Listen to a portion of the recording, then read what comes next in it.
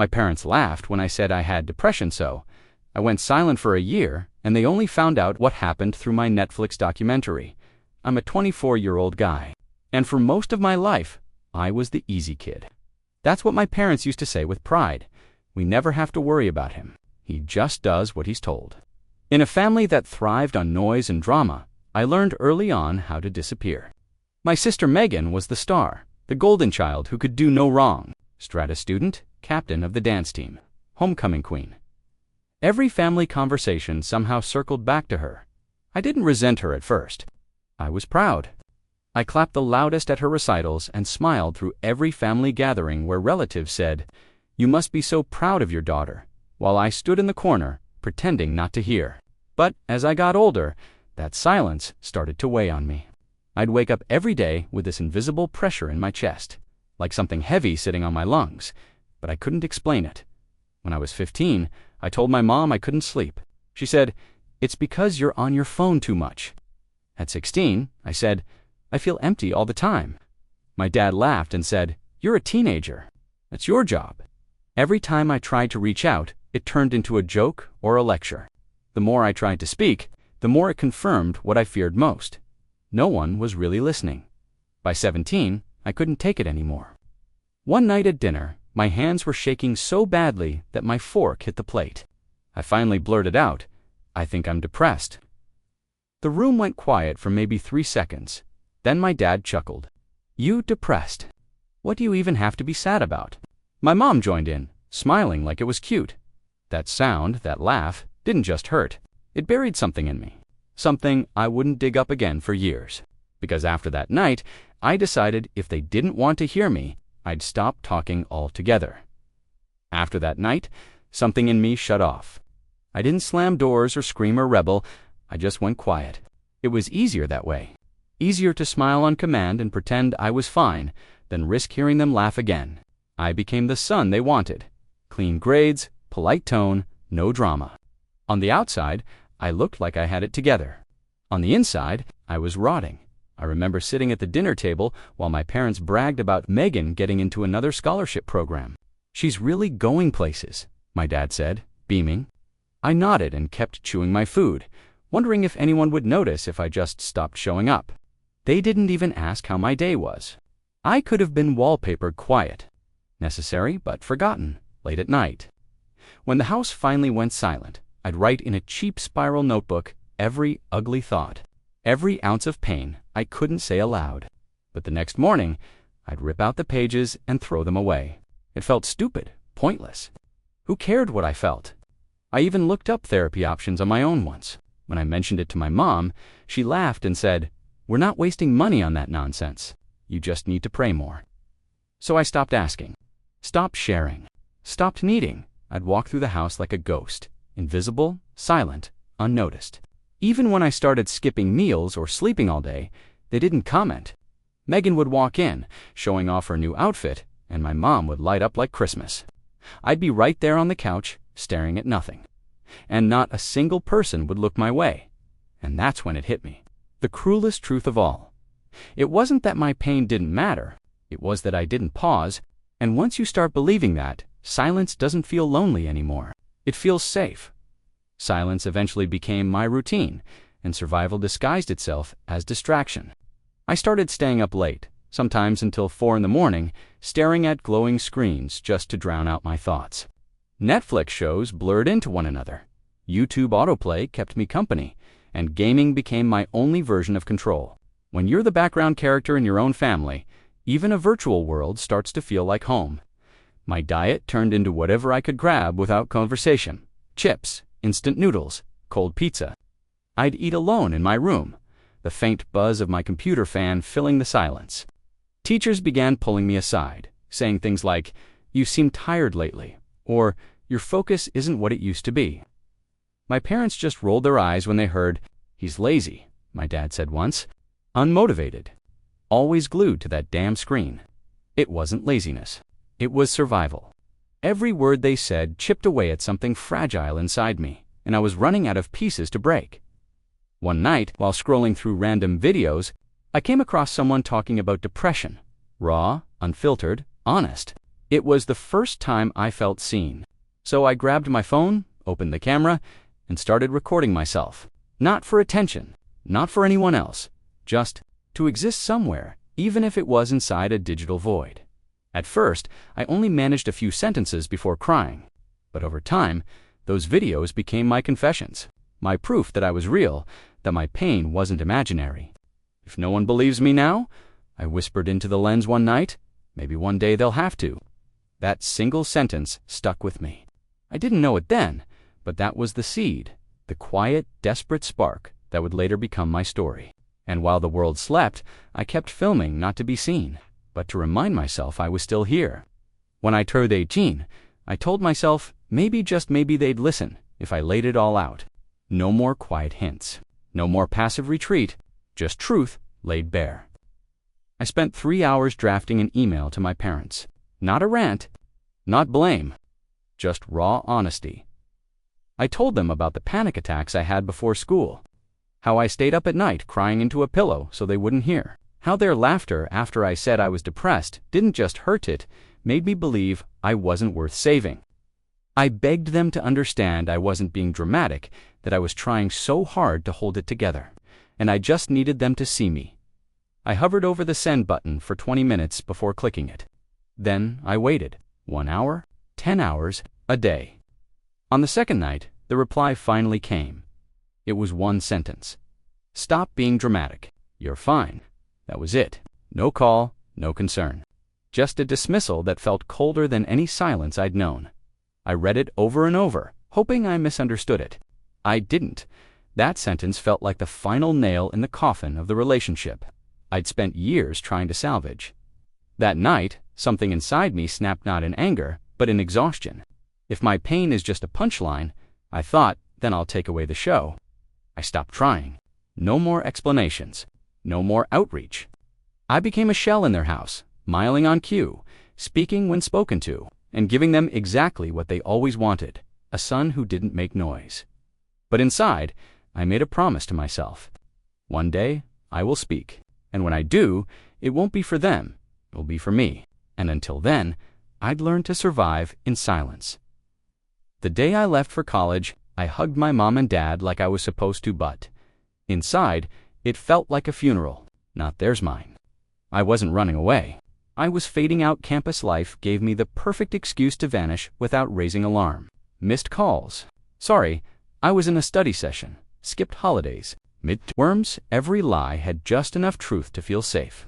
I wasn't being malicious. I was protecting what little was left of me. They told the extended family I was just busy with studies, bragged about my major, showed off my dorm pictures. But they didn't know the truth. They didn't know I turned off my phone every weekend just to breathe. They didn't know I walked through campus like a ghost, avoiding anything that resembled home. One day, I joined the student film club. I didn't expect much, just wanted to learn camera work and maybe distract myself from the noise in my head. But during one session, we had to create a short scene based on a personal experience. I went home, pulled out my old journals, and filmed a single shot. A guy sitting alone in a dark room, mouthing silent screams. It was raw, ugly, honest. My professor saw it and paused. He didn't say anything for a few seconds. Then he looked at me and said, "This is real. You should tell this story." And something clicked. For years, I had been trying to explain my pain to people who refused to hear it. But maybe I'd been speaking the wrong language. I didn't want revenge. I didn't want pity. I wanted anyone to say, "I see you." Pause. So I started scripting. Not for school, not for therapy, but for the world, because if my parents never listened, maybe someone else would. It was supposed to be just another student showcase, the end of semester screening, where professors invited alumni and industry folks to critique our work. I wasn't expecting anything. My short film wasn't flashy. No special effects, no punchlines. Just a raw 6-minute montage of shadows, empty chairs, and a voiceover pulled straight from my old video diaries. I almost didn't submit it, but I did. A week later, I got an email from my professor with the subject line, "We need to talk. Netflix saw your piece." Turns out, one of the alumni now worked for Netflix as a scout for emerging voices. They'd come to campus on a whim, watched my film, and asked, "Who made this?" My professor forwarded me the message they left behind, hauntingly honest. There's something here. A few meetings later, I was offered a mentorship to expand my story into a full-length documentary. A real production team. Real distribution. My voice on a platform bigger than I'd ever imagined. And suddenly, I panicked. What if my parents saw it? What if Megan saw it?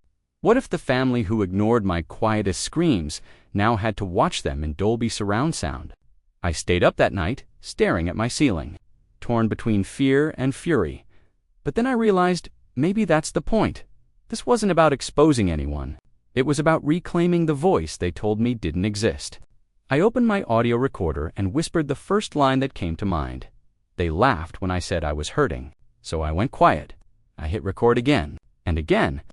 I talked about the email, the silence, the nights I wished I could disappear, and for the first time in my life, someone was actually listening. Pause. So I kept recording, because this time the story belonged to me. It was supposed to be a controlled scene, just a reenactment, a stand-in actress playing my mom, another for my dad, sitting at a dinner table under soft lights. The script was simple.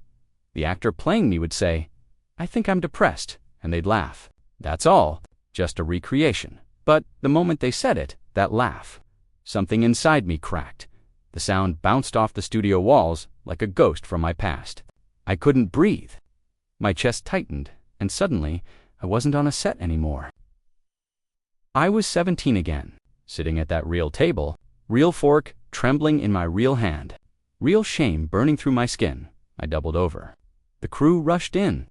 The director yelled for a medic. My vision blurred, ears ringing. My throat couldn't form words, only air, panic, and memories I thought I'd buried. They tried to stop production. Someone gently said, "We can reshoot another day." But I shook my head, tears still streaming. "No," I gasped. This is what it felt like. They kept the cameras rolling, not out of exploitation, but because I begged them to. That moment, the collapse, the chaos, the breathless pain became the most powerful scene in the film, and I didn't care how ugly it looked. This wasn't a performance, I said later in the interview booth, still red-eyed and shaking. This was my reality. After that, I knew I couldn't carry this alone anymore. I found a therapist, not someone my parents chose. Not someone who'd feed me cliches, but someone who sat with my pain like it mattered. For the first time in years, I talked without fearing I'd be mocked. Pause. And on that set, between tears and truth, I realized healing isn't always quiet. Sometimes it screams. By the time we reached post-production, whispers had already started making their way through the family grapevine. Cousin Rehan texted me, "Heard you're working on some Netflix thing? That true?" My aunt called to just check in, something she hadn't done in years. I kept it vague, just a film project for school, which technically wasn't a lie, at least not anymore. Am I in it? That was all she wrote. No greeting, no curiosity, just fear veiled in casual interest. I stared at the message for a full minute before turning my phone face down on the table. A day later, an email from my mom landed in my inbox. "I hope you're not airing dirty laundry. You know how sensitive your father is?" I didn't reply. They could assume whatever they wanted. A student film, a class project, a harmless little phase. But I kept editing, kept digging.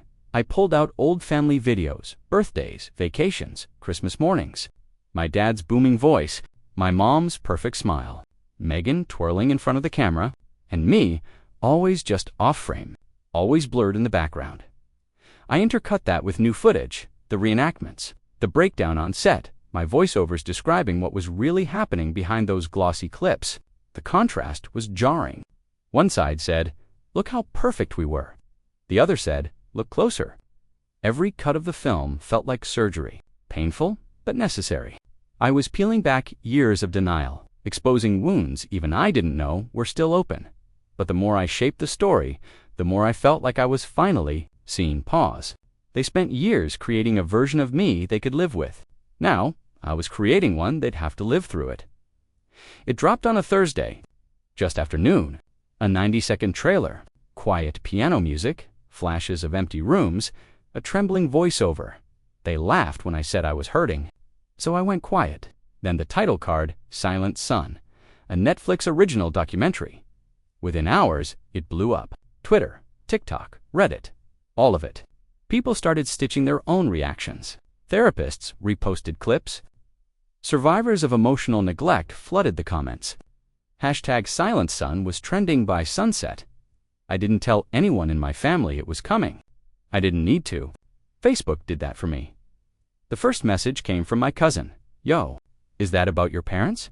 Then another dude. "Your trailer is everywhere." Then Megan called. I didn't answer. She texted instead. "You're sick. You blindsided us. You made Mom cry." A few hours later, my dad emailed me. The subject line was blank. The body said, "You betrayed your family. We raised you better than this." I stared at those words for a long time, waiting for them to land. But they didn't, because for once the guilt wasn't mine to carry. For once, my story wasn't being filtered through their comfort. It was raw and it was loud. And the world, strangers, critics, survivors, heard it exactly as I lived it. No edits, no gas, just truth. I sat on my apartment floor that night, watching the trailer play on loop from my phone. Reading comment after comment, I felt this, he said, what so many of us were never allowed to. I cried at just the trailer, and for the first time in years, I didn't feel invisible. Pause. They silenced me for so long. Now, my voice was too loud to ignore. October 15th, 12:01 a.m. That's when Silent Son went live on Netflix. I didn't throw a party. No red carpet. Just me alone on my couch, hoodie up, laptop open, refreshing the screen until the title appeared. I clicked play, heart thudding like it was going to rip out of my chest, and there I was, my voice, my pain, my truth. By the time the credits rolled, I had over 100 notifications, messages from strangers, emails, DMIs, thousands of people from all over the world telling me they cried. They related. They saw themselves in my silence. One woman wrote, "Your story gave words to my entire childhood. I didn't know how to explain it until now." Another said, "You didn't just speak for you. You spoke for all of us." Critics called it a raw look at emotional invisibility and a necessary punch in the gut for families who think silence means stability. I got invited to speak on mental health panels, interviewed on podcasts, even received a letter from a teacher who showed it to his entire high school class. But from my parents, nothing, no email, no text, not even a passive-aggressive Facebook post. Radio silence. Except Aunt Rubina called me. "Your mom saw it," she said softly. "She didn't say anything, but she watched the whole thing. So did your dad. Twice." I just nodded. I didn't know what I was supposed to feel. Relief, anger, closure. But the one thing I did feel was this strange, quiet certainty. They knew. They saw it all. The things they ignored, minimized, laughed off. It was all there. In 90 minutes, they couldn't fast forward through pause. The boy they silenced. He'd become a story they couldn't unhear. It took them 3 weeks. 3 weeks of silence after the premiere. After the messages, after the world heard everything they chose not to. And then finally, notification. A long message from my mom. "We didn't know it was that bad," she wrote. "You should have told us more clearly. We just thought you were going through a phase. We never meant to hurt you." A few hours later, my dad emailed to shorter, colder. "I was raised to be tough. I thought I was helping you build resilience. You're still my son, and I hope you'll come home for the holidays." I read both messages in silence, not angry. Just tired. There was a time when I would have done anything for those words. A time when I would have cried from relief, thinking finally they see me. But now I saw them for what they were, too late. Not malicious, not cruel, just empty. I didn't respond. Not out of spite, not even out of anger. Just clarity. You don't get to choose when I matter to you, I thought. You don't get to ignore the chapters and expect to be there for the ending. That night, I blocked their numbers. No dramatic farewell. No final monologue. Just a quiet click. The next morning, I moved into my new apartment. High ceilings, small balcony. Sunlight that poured in around 10 a.m. paid for, in full, by the documentary. By my voice, by the story they tried to silence. Pause. Forgiveness, I realized, doesn't always require reunion. Sometimes it just means letting go. The final scene wasn't filmed on a set. It was just me, sitting by a window in my new apartment, legs crossed, coffee in hand, journal open beside me. Sunlight spilled across the pages like it was trying to bless every word. There were no scripts that day, no reenactments. Just a single voiceover to close the documentary, the last thing anyone would hear. My silence wasn't emptiness, it was survival. That line came to me months earlier, scribbled in the corner of a napkin during a train ride. I didn't know why I wrote it then, but now it felt like the only way to end. I live in a new city now, far from the house I grew up in. The noise, the dismissal, the ache of being unseen, it doesn't echo here. My apartment is quiet, but not lonely. There's peace in the space I've carved out for myself. I've started working on a new project. This one's not about me. It's about others, other kids like me, who never got a voice, who were told they were just dramatic, just lazy, just fine. I helped them tell their stories. Unpolished, unfiltered, honest. The kind of stories I needed when I was 17. My journal, once filled with breakdowns and dark thoughts, now holds film outlines, dialogue drafts, scattered poetry. Pain didn't disappear, but now it has a purpose. And as the final shot zooms out, the screen fades slowly to black dot. My voice cuts through one last time. They laughed at my pain. But now the world listens when I speak. The Netflix title card returns. But this time, it doesn't just say Silent Son. It says, my name, loud, bold, unapologetic. Pause. And finally, after all those years, I am no longer a secret.